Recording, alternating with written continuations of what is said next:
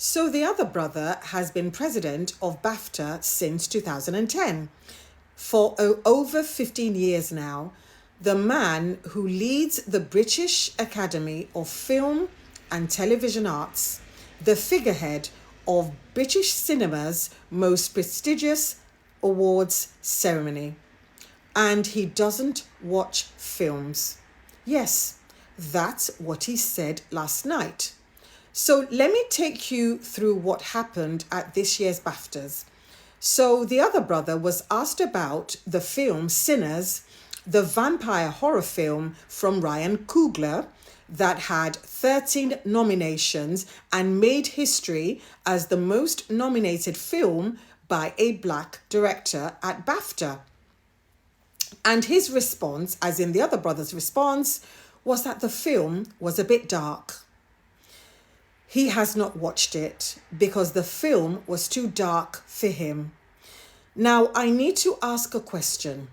When the other brother says that the film was too dark, what exactly does he mean? Is he talking about the storyline, the vampire elements, the themes, or is he talking about something else? Or is he talking about the actors? Because with these people, you never know. Now, Ryan Coogler made Black Panther. He made Creed. He is one of the most celebrated black filmmakers working today. And the BAFTA president looked at his most acclaimed work and said, it's a bit dark. Now, perhaps it's innocent. Perhaps the other brother does not enjoy horror films. I don't. So that's why I didn't go and watch Sinners, because I know I'd be scared. I do not like horror films. But the phrasing, how he put it, lands differently when you remember that this is the same institution that made his sister-in-law feel so unwelcome that she contemplated unaliving herself. Now, let's say I'm overthinking this. Let's move on to another film. There's another film called Hamnet, and it's a Shakespearean drama about grief and loss. And it's one of the most acclaimed British films of the year. It won Outstanding British Film at the ceremony that the other brother was hosting.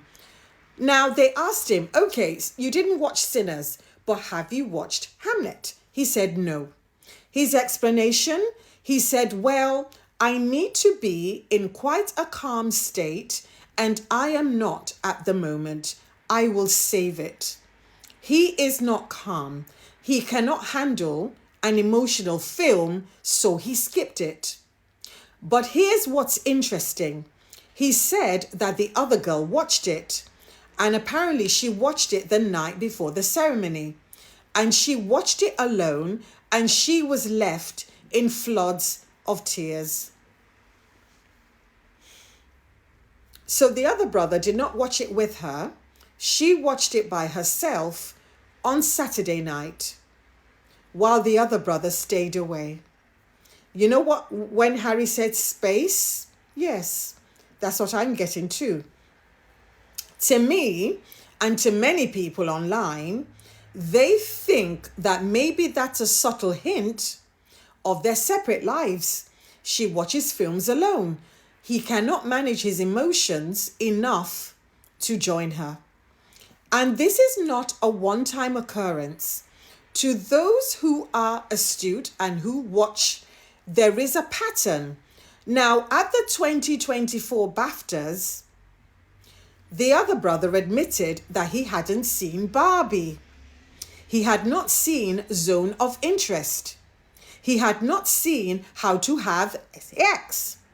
When he congratulated Mia McKenna-Bruce on winning the Rising Star Award on How to Have Sex, he told her, it looked like you had a lot of fun all the way through. Now, the film is about sexual assault. A young woman is assaulted twice. It is not fun. It is devastating. But the other brother, as usual, had not watched it. He just assumed that it was light-hearted based on the title.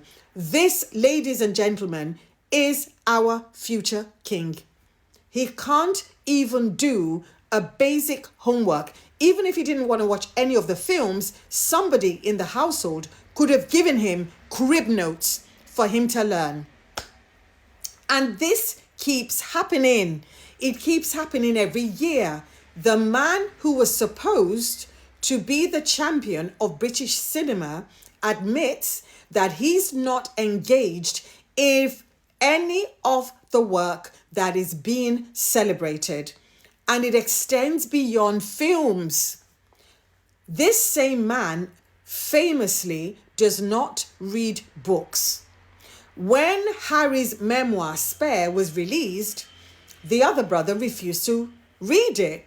He downloaded the BBC app to get updates about extracts instead of actually engaging with the text itself.